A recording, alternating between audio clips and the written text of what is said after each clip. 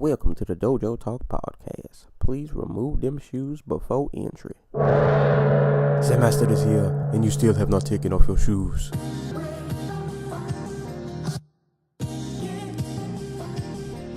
Yeah.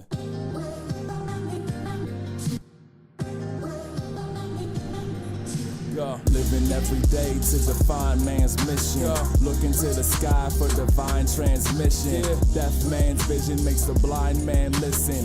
Eyes on the prize, this is blind ambition. Thank you. Welcome to another edition of the Dojo Talk Podcast.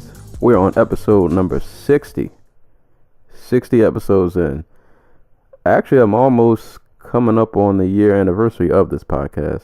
I need to look up the exact date I uploaded my first episode, but I know we're not too far off. So if you've been listening to me ramble for this long, whether it be the music podcast or the fight podcast I do with my co-host Antarcool, appreciate you for rocking with us for this long. I didn't think I'd make it past like 20 episodes, but episode 60, standing strong. Podcast can be heard on SoundCloud, of course, YouTube, Google Play, iTunes. If you're on iTunes, please rate and subscribe on iTunes.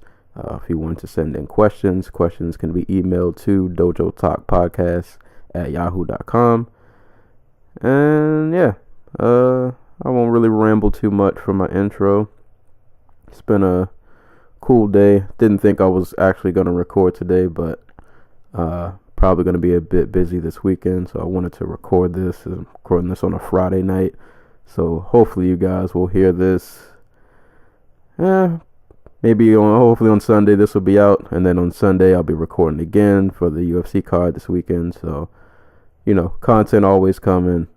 Lots of music to review. Still music coming out this month that I'll probably talk about, including Eminem, whenever that drops.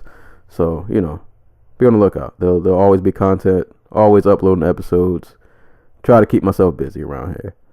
But I ain't gonna talk for forever. We'll just get into it, man.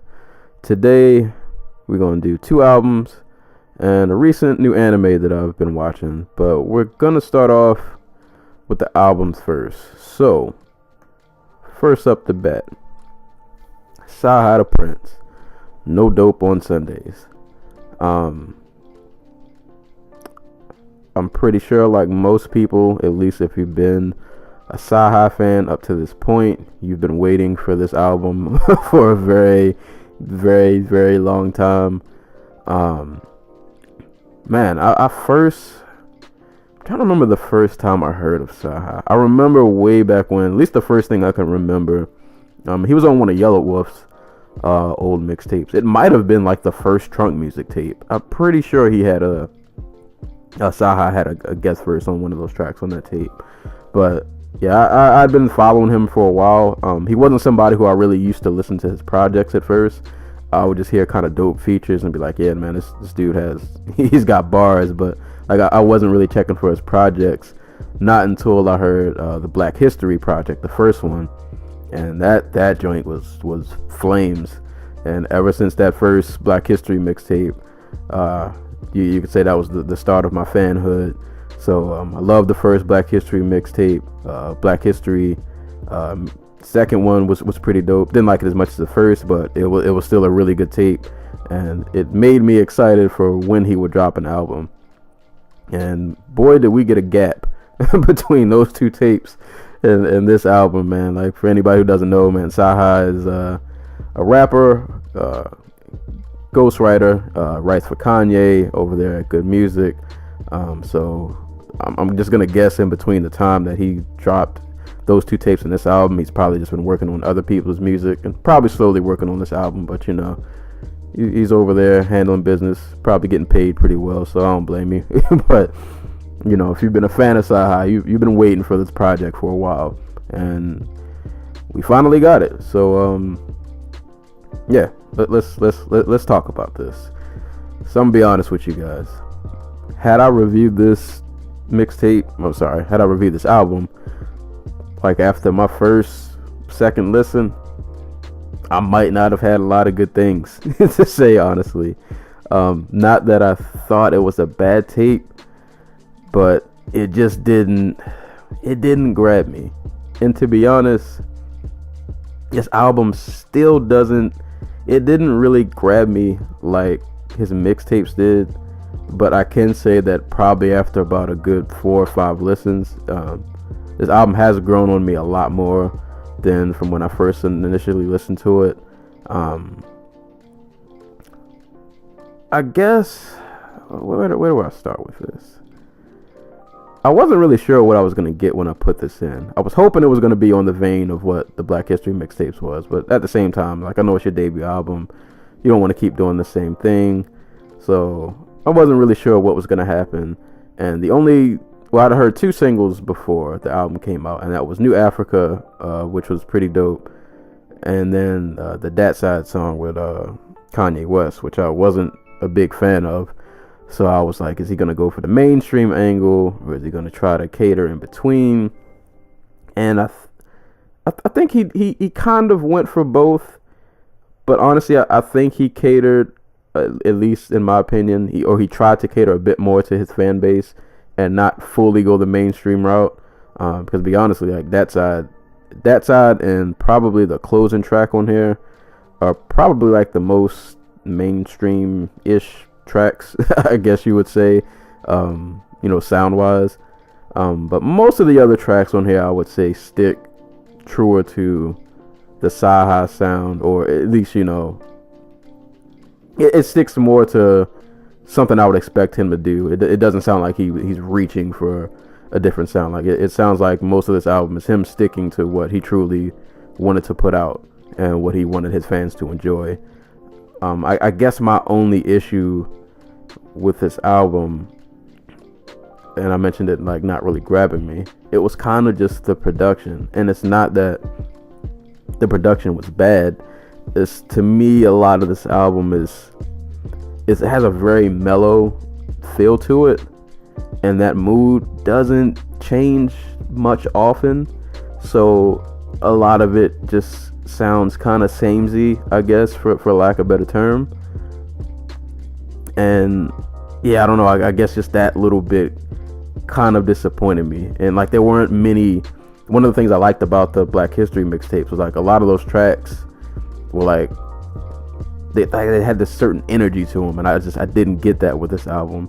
But like I said, the production wasn't bad at all, and I'll give a few of these producers shout outs who I saw had production credits.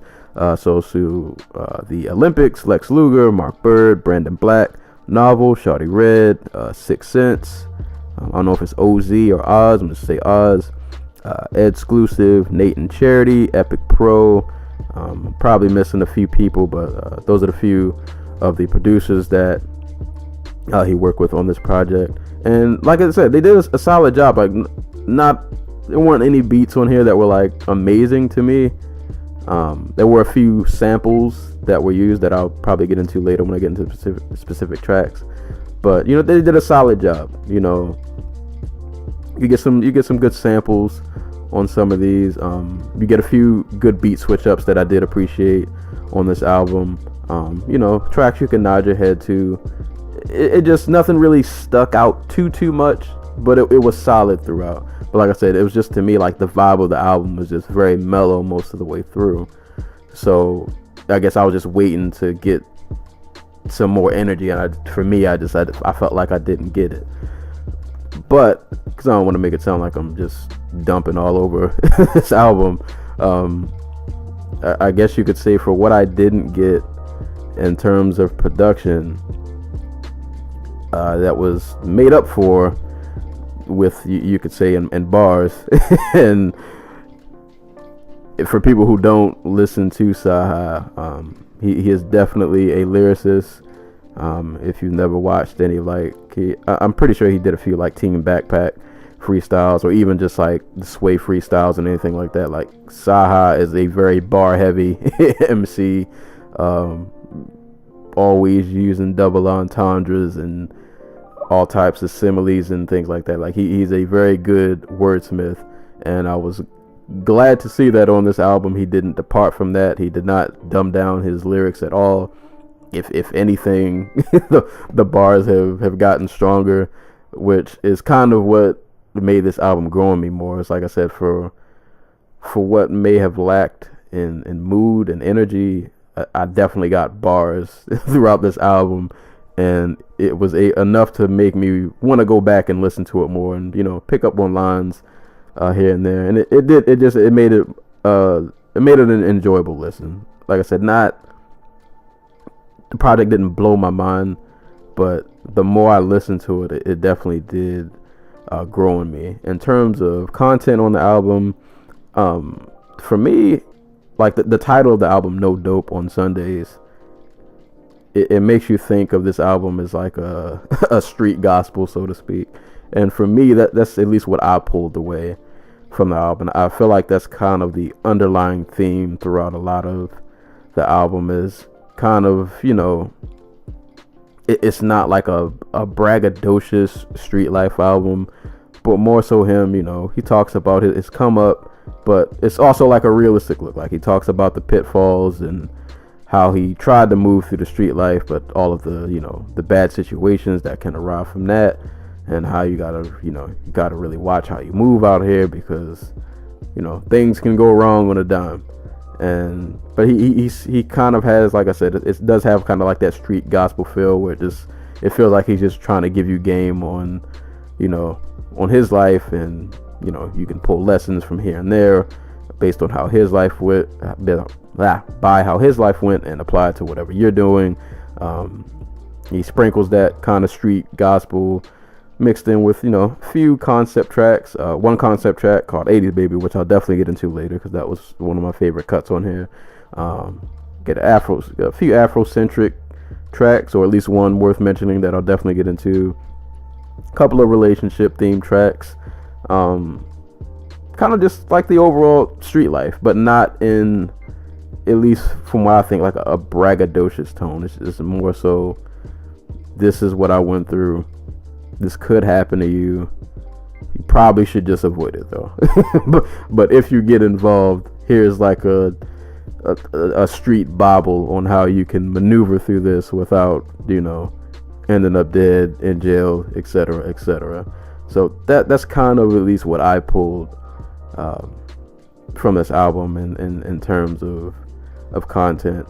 And I feel like he does stay consistent with that theme. You'll notice, especially in the beginning of this album, especially with like the opening tracks like Amen and No Dope on Sundays, where the track will start off with almost like this sermon of somebody talking, or they might read like a Bible verse, or even in a lot of these songs, some of these songs you'll hear Cyhi quote Bible verses. So he kind of weaves that slightly religious undertone, which is why I would call it like a street gospel album. He kind of weaves that into the songs, and it does stay consistent, like I said, and it keeps a theme going throughout the album.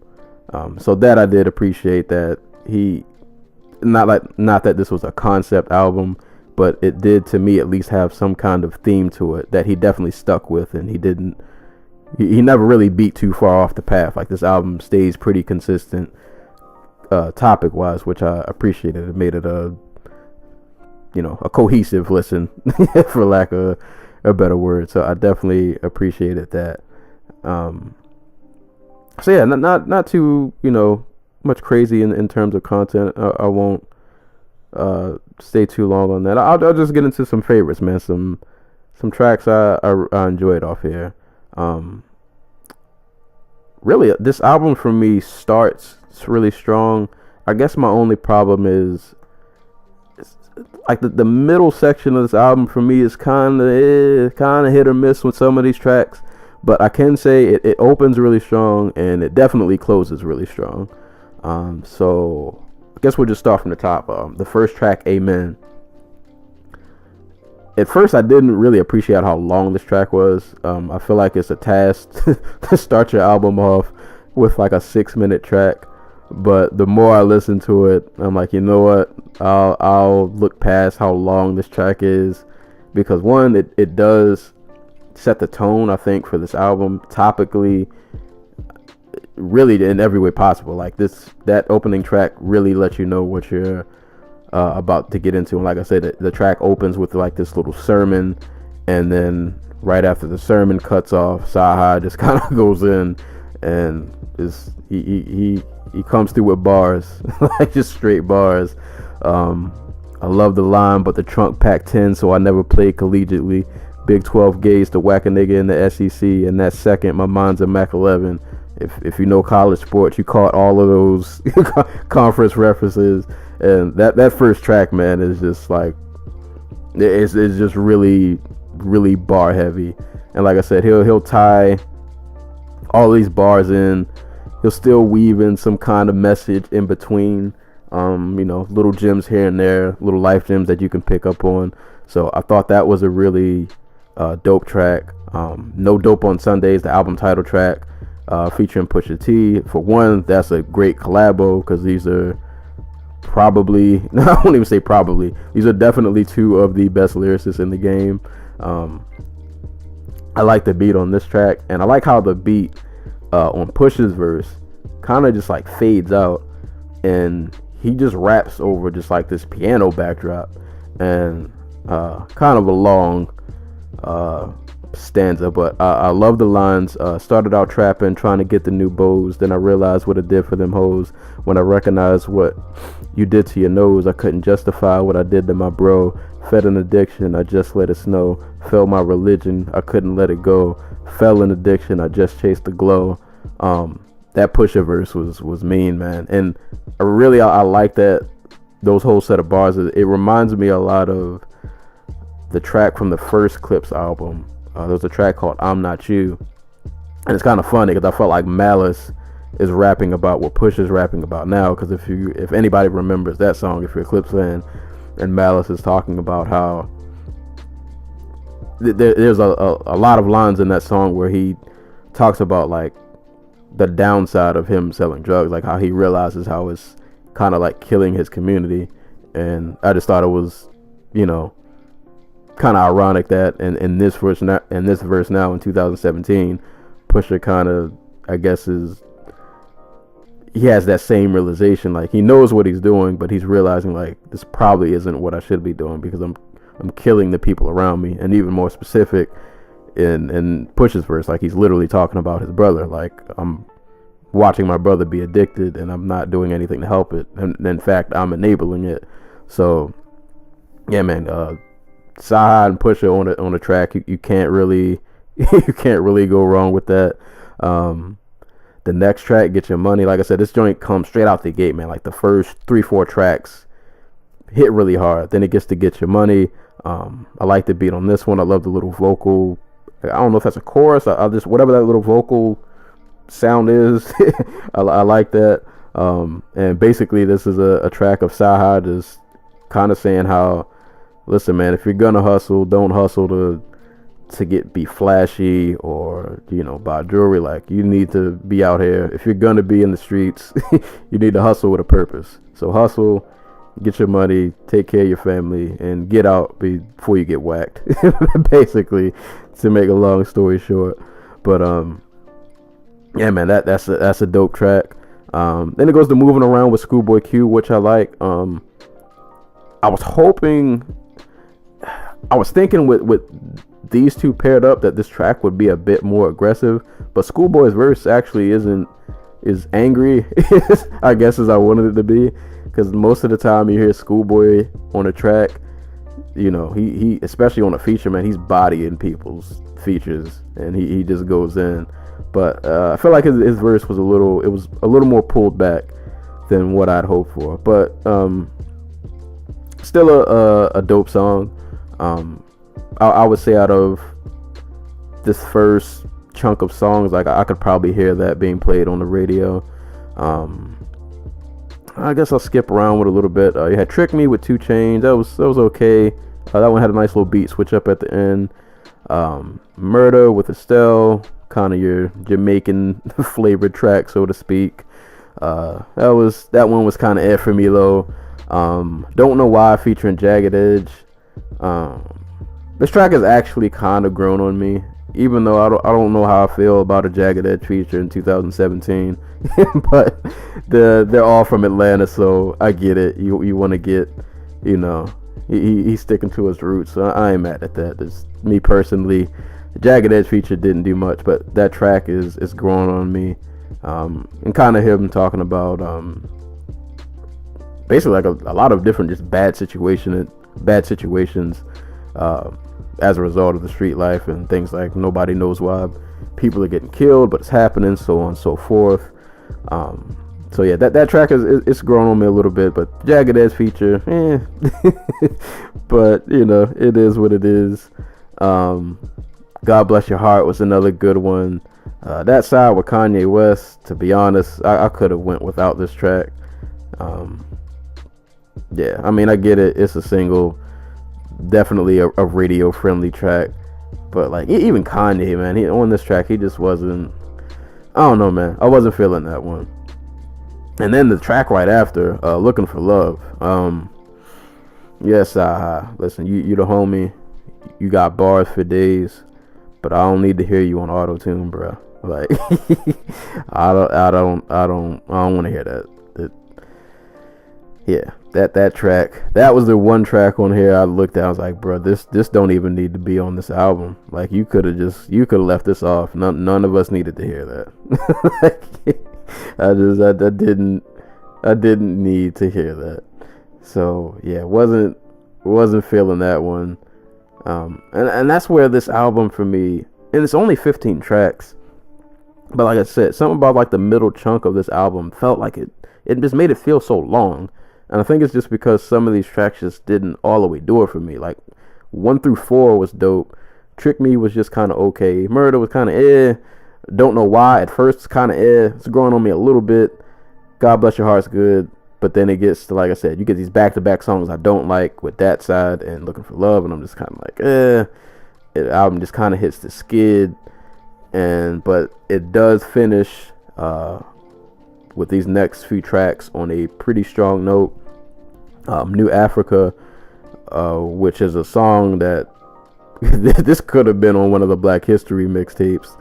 Like, it's a song just like it feels like it was straight out of those mixtapes. And the song is basically what the title implies.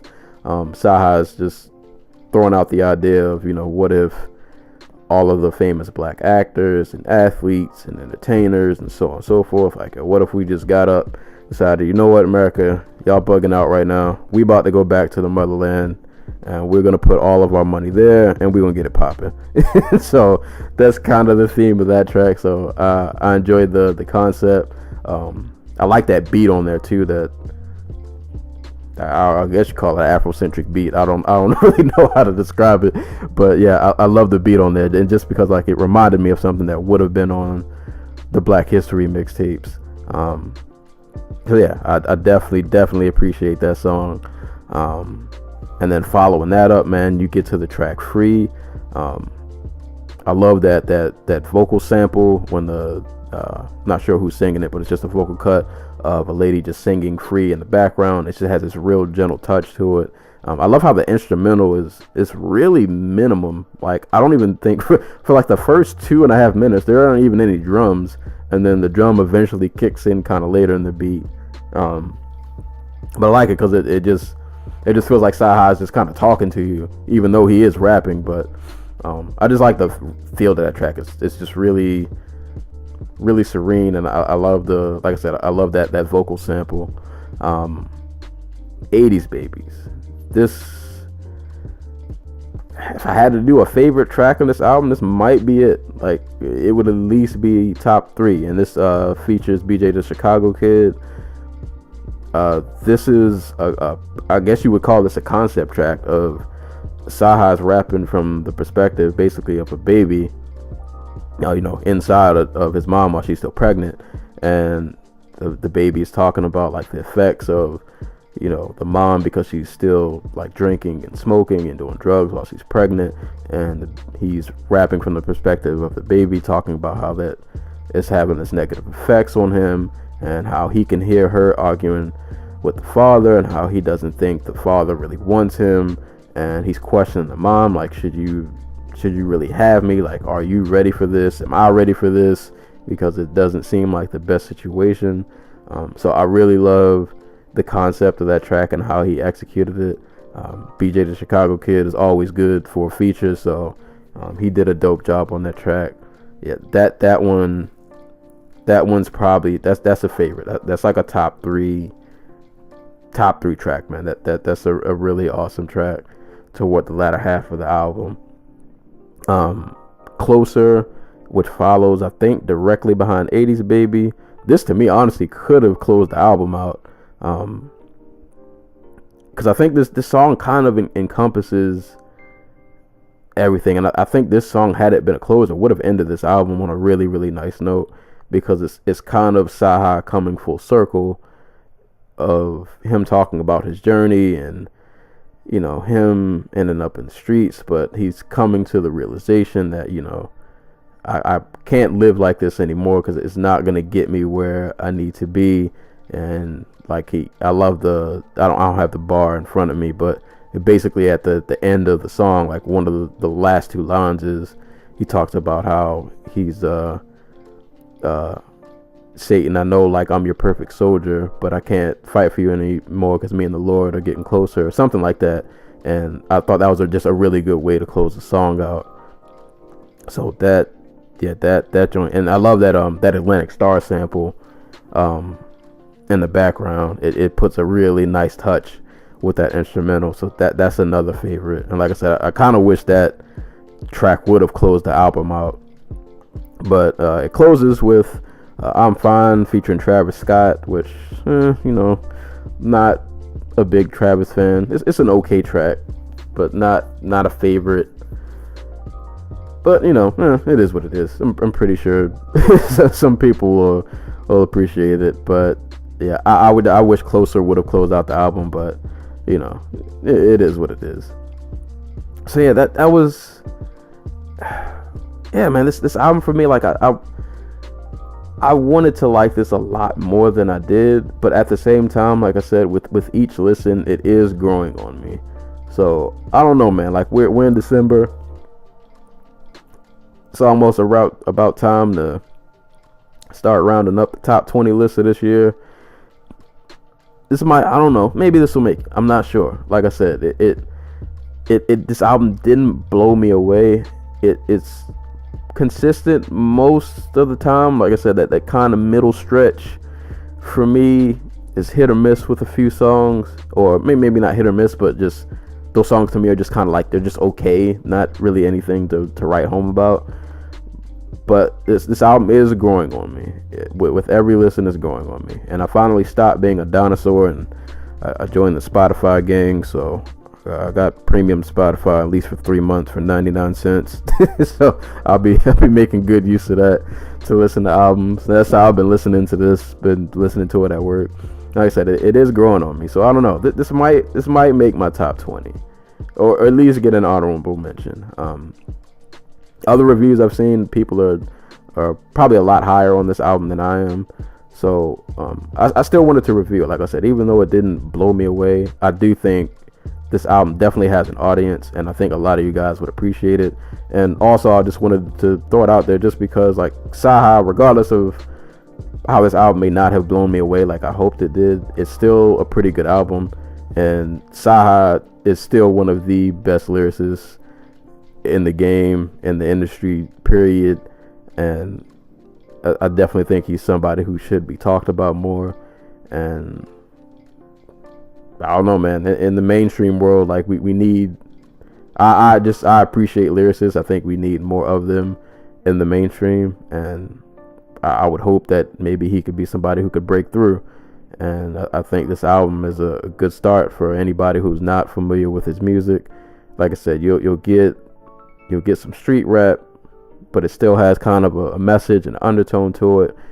You definitely get bars on bars on bars, just double entendres like every other line. Like, I can't stress enough, this dude is a very talented lyricist. So I think he has a lot to offer. I think he can appeal to a larger crowd. You know, just be ready for some words. Be ready for bars if you're gonna listen to him. But it's not, you know, it's not like no super lyrical miracle, anything like that. Like, it's something you can follow it, but he's definitely bar heavy. So yeah, man, No Dope on Sunday, Cyhi The Prynce. For me, it's a solid listen. I enjoyed it, and I'll probably go back and listen to it a bit more to see if it grows on me more. Maybe a couple of the songs that I'm kind of lukewarm on, maybe they'll continue to grow on me, and I'll end up liking them more. But I definitely want to recommend this to you guys. If you want some street rap, with a message in it, give them a listen. And if you like bars, definitely give them a listen. So Cyhi The Prynce, No Dope on Sundays. Album is out now. Buy it, listen to it, let me know what you think. Hopefully you'll be impressed. So shout out to Cyhi. Thank you for just finally putting out a debut album. Appreciate it. I'm glad I got this, and I'm definitely looking forward to. Hopefully we won't have such a long break between now and whenever your next project. But definitely appreciate this, man. Definitely appreciate it. Shout out to Cyhi. Doing good in the industry, writing for other people, finally putting out an album. I think this dude has a bright future ahead of him, if he keeps playing his cards right. So yeah, give this album a listen. And yeah, that's about.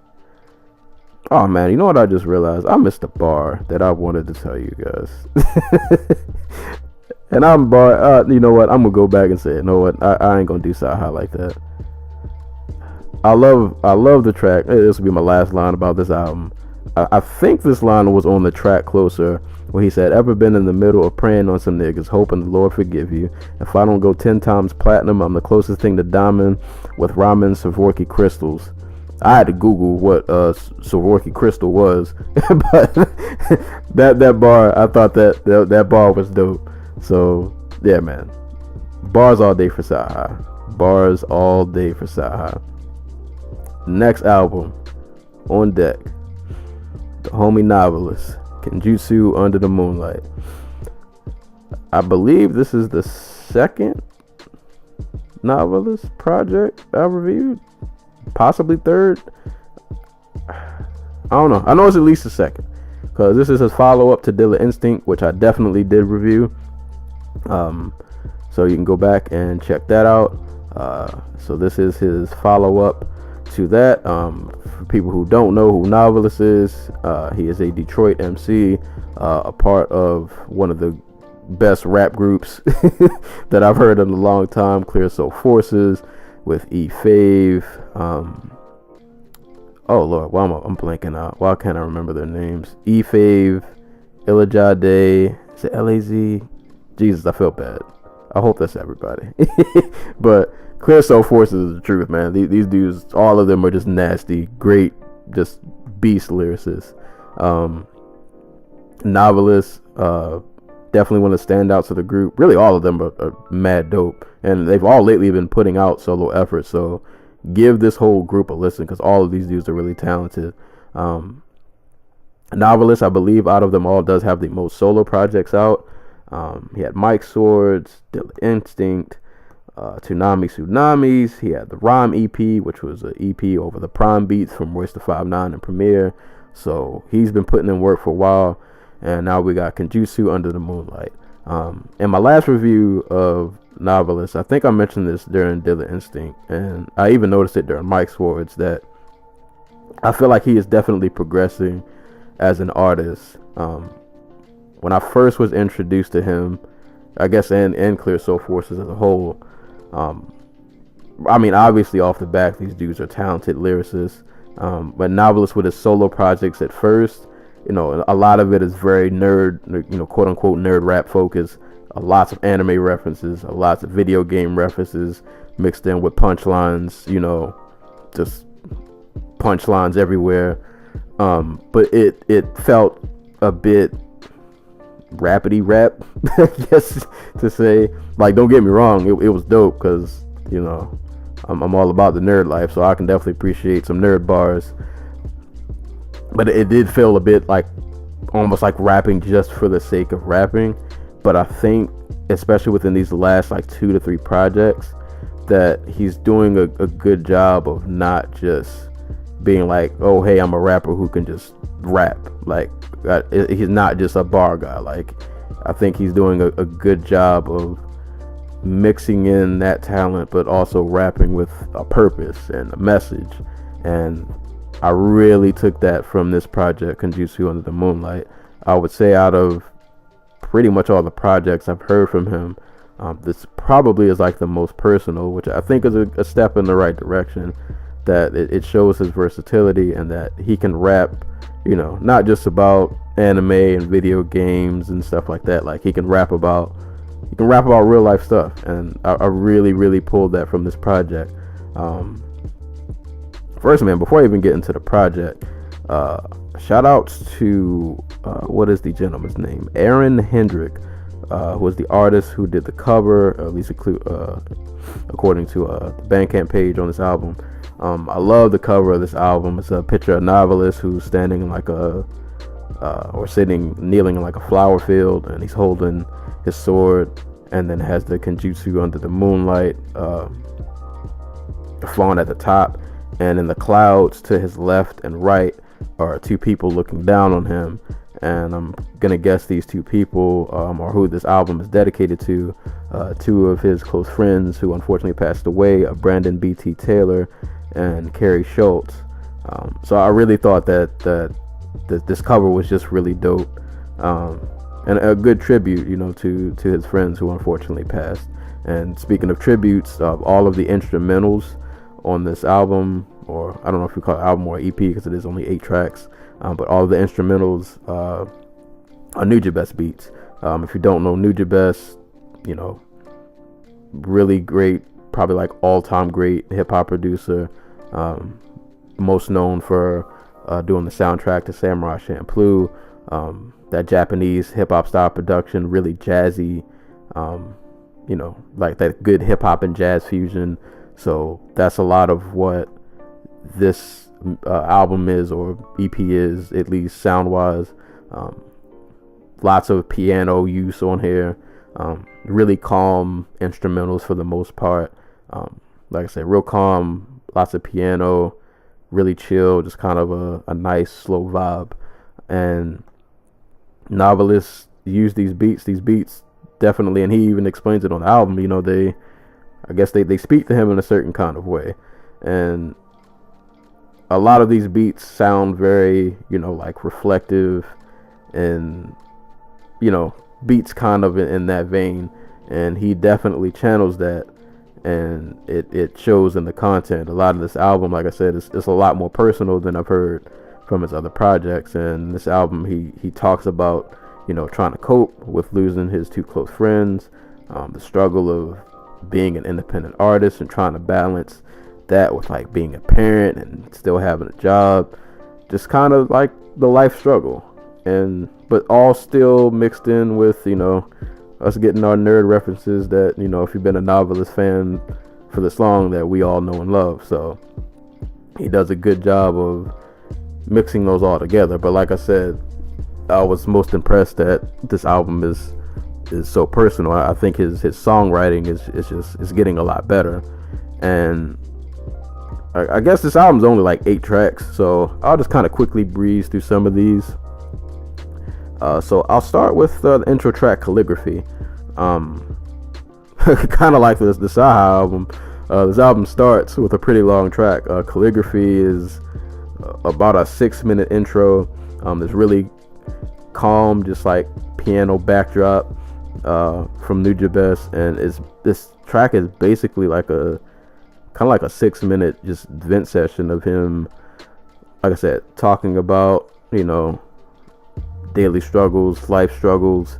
And in the second verse, he dedicates to one of his friends that had passed away. I love the line, or the lines, I should say plural. They cleansing our cities by gentrifying the areas we never made it in. They harvesting our pavement, concrete plantations. The only way you can hope to make it is work through the grave shift. And I can't even manifest myself with my friends' playlists because they don't want a playlist. I roam through headphones in search of a place to stay niche. Boy, like just real life bars, man. Just real life bars. This dude is he's very great with words, to say the least. Like I said, just lots of lines just talking about trying to deal with life.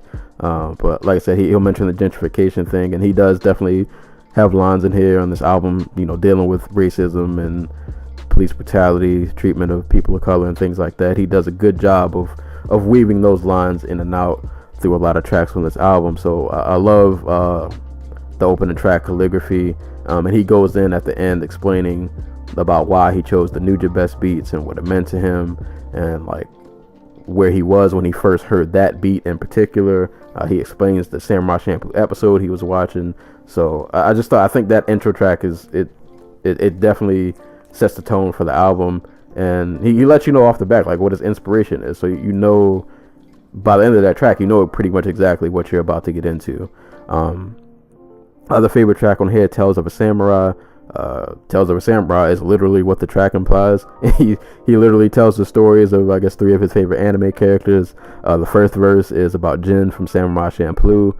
Second verse is about Kenshin from Rurouni Kenshin, and the third verse he ends it with Afro Samurai, and he literally just rhymes and tells all of their stories from the show. So if you've watched those animes, you'll pick up on a lot of lines, a lot of references. He does a good job of illustrating all of their stories. So that's definitely a favorite track, because these are 3 shows that I have watched. I don't know if I've said it on this podcast, but Rurouni Kenshin, probably like favorite anime all time. So I definitely appreciated that track. Rolling Stone, another favorite track on here. Actually, this is probably my favorite track. I love the hook on here. This is one of the few, like I said, like his songwriting, I believe, is getting better, and he's not an artist. Like I said, he's very bar heavy. I don't believe, at least all the time, that he has some of the best hooks, but this was a hook that like I found myself like humming along to. Like it stuck in my head, which let me know that he's definitely getting better as a songwriter, because that didn't used to always happen. But love Rolling Stone, man. Another really chilled, calm beat with a nice little piano backdrop.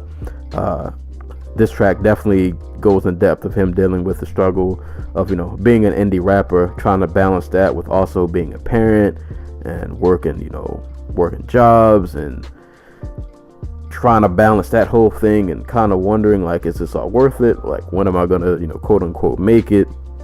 But I love the line, man. I've been around the world, but I ain't necessarily seen it, cause these pebblestone roads lead to dreams, but I don't sleep enough. Part-time stars with day jobs until the sun sets. Flying back to the States, will quit a job another day, I guess. And if you're an indie, not even just an indie artist, if you're an indie anything on the come up, like that line should definitely resonate with you.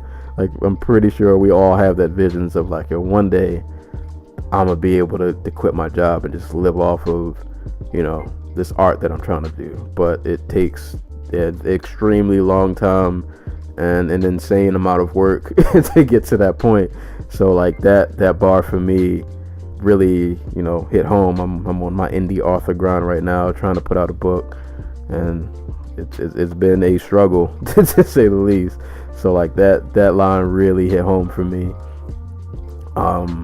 Another great track on here, Flow Provider, featuring Mike Phelps. I didn't know who Mike Phelps was before this song. I found out he is another fellow Detroit MC, but this dude is a beast. Like, boy, that Mike Phelps verse, the way he wrote that beat, his flow was just so mean. Like, they both were killing it, but that Mike Phelps verse was nasty. So shout outs to Mike Phelps, man. That boy bars is all I'm gonna say. And just like flow, he really just killed that verse. And shout outs to him, man. That I'm familiar now. He's on the radar.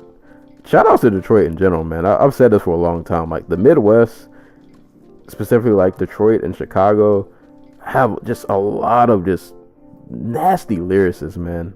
I don't know what's in the water. I don't know if it's just the cold weather and dudes are just mad and they just rap. But it's everybody in that region just got bars, man. Like, it must just be Detroit genetics or something. Like, dudes down there are just like the Avengers of lyricists. It's ridiculous, but that's another dope track on there. And actually, real quick before I get off that song, I love the Noveliss line, only the illest dude can bring balance to the digital while you clicking on kids fighting in middle school. that bar like made me chuckle, but it also hit home because that's like a pet peeve of mine on social media when people are just posting videos of kids fighting. It's like, come on, bro. Like, are we still... Stop. Just stop. Posting videos of kids fighting, man. Just stop, bro. Like, whatever. But I ain't gonna get into it. Last I guess song I'll mention on here, Swordplay, which is a nice little posse cut with the rest of the members of Clear Soul Forces. So hey man, if you familiar with Clear Soul Forces, the whole group, you already know what that track is. You just already know. All these dudes are just incredibly talented lyricists. They have very good chemistry. They bounce off it and play off of each other really well. So that's just like the perfect track. Like it doesn't get any better. You get bars from the whole group. The album ends with Stare at the Moon, which is another dope track. And I only skipped over like 2 tracks. Like I said, it's only 8 songs on here. Excuse me, I hope y'all didn't hear me burp. But there's only 8 tracks on here, and there are no bad songs. Like, you can play this whole tape through, man, and it's just dope all the way through. And yeah, man, I don't really have much else to say. Like, as I said with pretty much any other Noveliss review, if you like anime, if you want to hear a kind of quote unquote nerdcore rapper, I hate to label people, but you know, if you like hip hop, but you're also a fan of nerd culture, Noveliss is one of the premier people to listen to. But like I said, on this album, he does a good job of also making it not just about the nerd references and anime references. It's a very personal album. He talks about a lot of real life issues, and it's over Nujabes beats. Like, I don't know what else to tell you. I don't know how else to sell this project to you. Like, that's like the perfect blend of hip hop. You have a lyricist who can speak on real life topics over Nujabes beats and speak on real life issues while still giving you anime and nerd references. It's just like it's a great listen, man. Sad that it's only 8 tracks, but hey, man, it is what it is. It's 8 tracks of quality. I ordered my CD. I am patiently waiting in the mail so I can get the CD, because I wanted to get it because I really like this album cover. And I wanted to support, man, like Noveliss, really this whole group, man. Like, Clear Soul Forces as a collective, as a group, these dudes are extremely talented. They definitely deserve support. So if you want to hear some nasty lyricists, yeah, man, give everybody in this group a listen. And Noveliss is just, the dude's just a beast, man. The dude's a beast. And shout outs to him. I think he was on the Anime NYC panel, or some panel I saw he was on. So shout outs to him, man. And he's making moves out here, putting out quality work. Also, you know, good to interact with on Twitter if you're on Twitter. He definitely, you know, not afraid to give anime opinions and good things like that. So shout outs to him, man. Shout outs to Noveliss. And like I said, if you like hip hop and nerd culture and you want to hear those things combined, give Noveliss a listen. Give Kenjutsu Under the Moonlight a listen, and you'll get everything you pretty much imagine you would get. So yeah, man, that's all on that nasty lyricist. Noveliss, Kenjutsu Under the Moonlight. I will leave a link to the Bandcamp page. Buy, support, listen, support, buy. I can't emphasize buy. Please support good music, dope artists. If we want to keep getting good music like this, you know, you gotta get these people money, man. You gotta. We have to feed the right people to keep them going. we can't starve the good artists out here. So shout out to Noveliss, whole Clear Soul Forces. All these guys are dope, and Kenjutsu Under the Moonlight is just another notch under his belt. But I'll say, like I said, with Daily Instinct, ready for that album, bro. I don't know if Mike Swords counted as an album. I think that was an EP too. But if you got an album tucked away anywhere, now's the time. or if y'all just gonna do another CSF album, I'm definitely down for that too. But yeah, man, I love this group. I love these dudes. Shout outs to everybody in Clear Soul Forces, man. And before I get on out of here, last mention, I've been slacking on my anime a little bit, but I finally found another show that piqued my interest. Shout outs to Anime NYC Girls on Twitter, also on WordPress, who is always posting shows and things that she recommends, and this was one of the shows.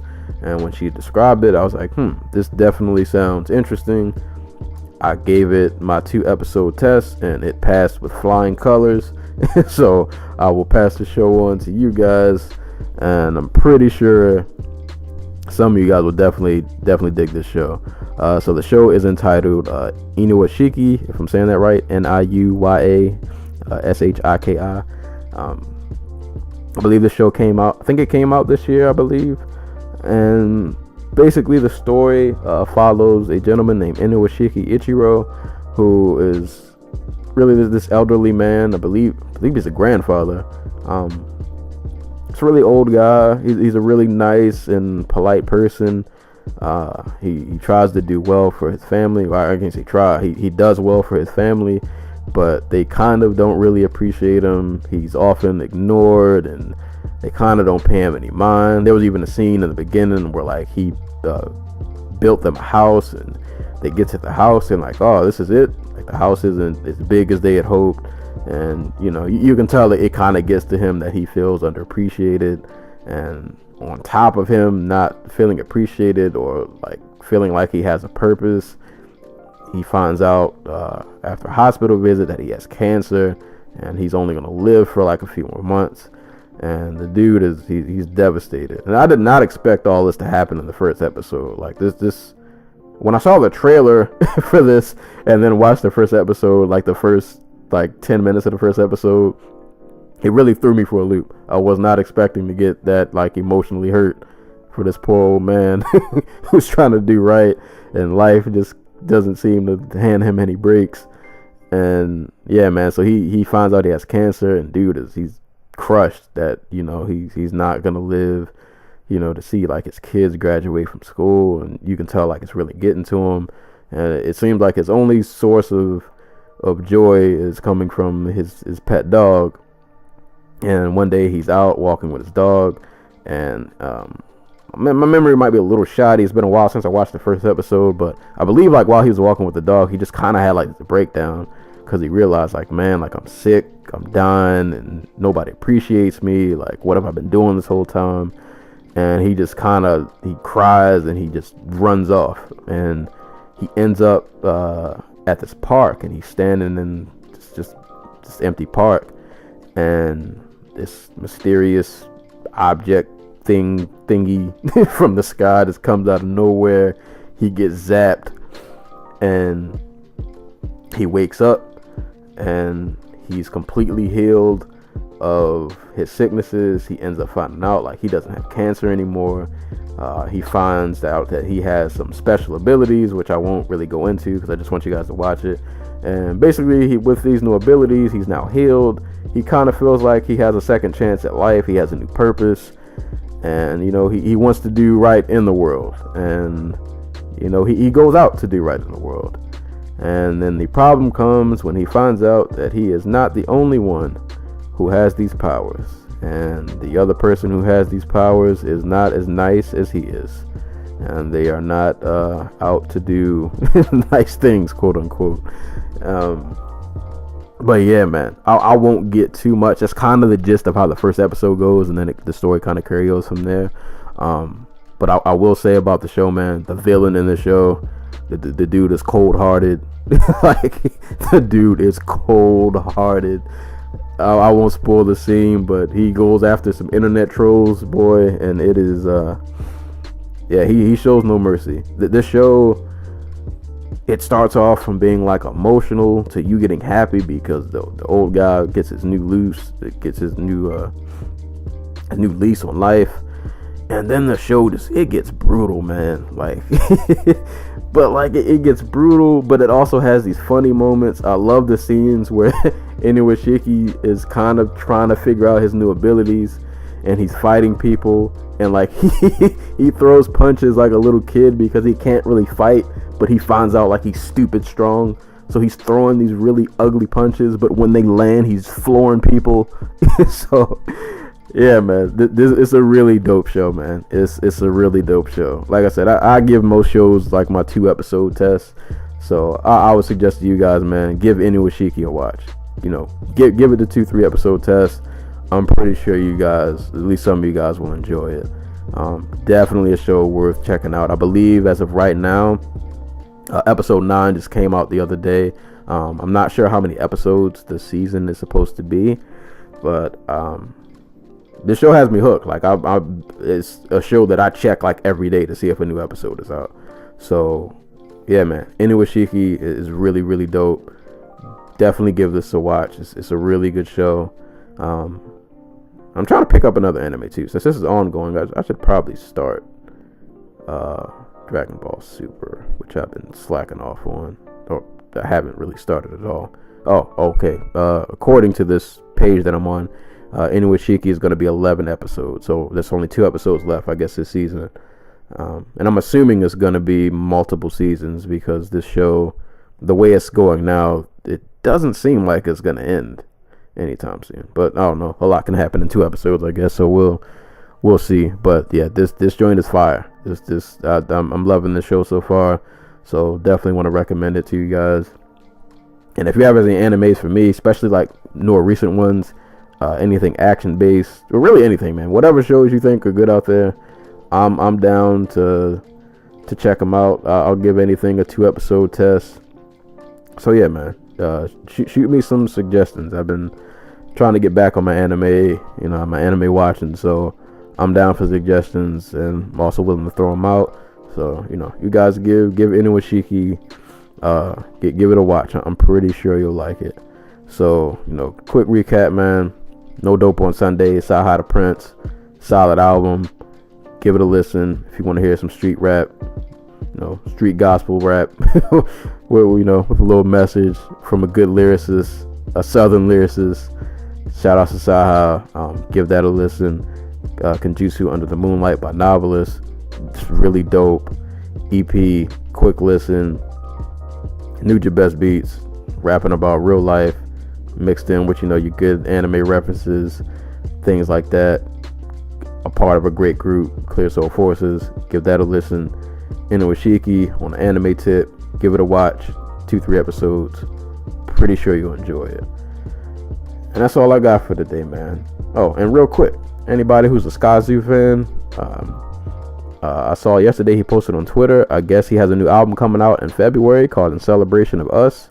So shout out to Skyzoo. I'm always looking for a Skyzoo project, so that's definitely getting talked about when that drops. So I just wanted to throw it out there for anybody who might be a Skyzoo fan. But anywho, man, appreciate you guys for listening. As always, this podcast can be listened to on YouTube, SoundCloud, Google Play, iTunes. If you're on iTunes, please rate and subscribe on iTunes. If you have questions, you can send them to Dojotalkpodcast at yahoo.com. Content will always be coming. We got another UFC card this weekend, so I'll be linked up with the Anti-Cool. We'll be going over that card.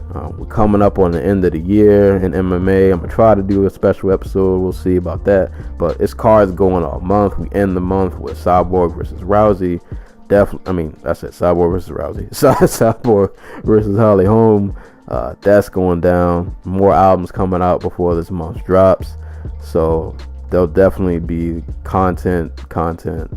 I'd like to think I stay pretty consistent with episodes. So yeah, man, I stay busy out here. I'm putting out content pretty much on a weekly basis, pretty consistently, and I've been doing this all year. Not to brag, but I'm out here in these podcast streets. So appreciate you guys for rocking with me. Episode 60, Dojo Talk Podcast. I am your host, Serial Sensei. And until next time, man, I will catch you guys later. Peace.